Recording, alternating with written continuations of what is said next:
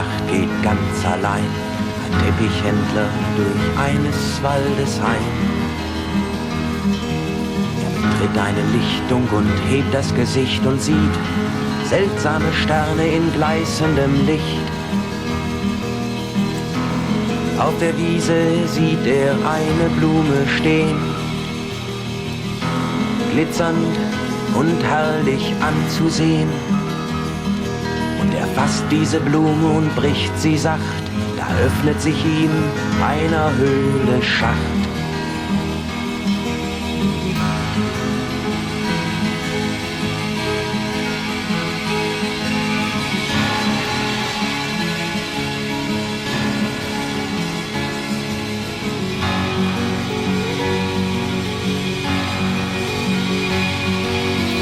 Er tritt in einen hellen, weiten Raum, mag nicht glauben, was seine Augen schauen. Voller Silber, Gold und Edelsteinen sieht er 3 Grotten vor sich erscheinen. Und er sieht sein Leben in Reichtum und Macht, geblendet von des Geschmeides Pracht. Erscheint ihm seine Zukunft gesichert und klar.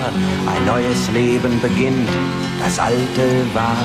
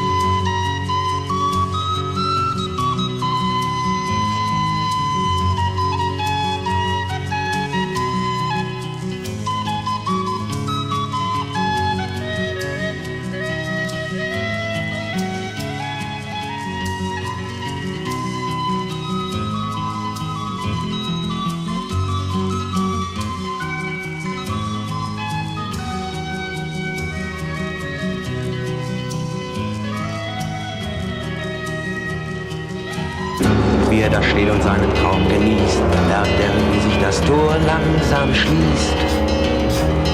Da greift er sich, was er nur fassen kann, und springt heraus. Hinter ihm schließt sich die Höhle mit dumpfem Klang. Er betrachtet den Reichtum in seiner Hand, doch der zerfällt und wird zu Sand. Und er merkt, dass er das Schönste vergaß, die Blume, den Schlüssel, den er besaß.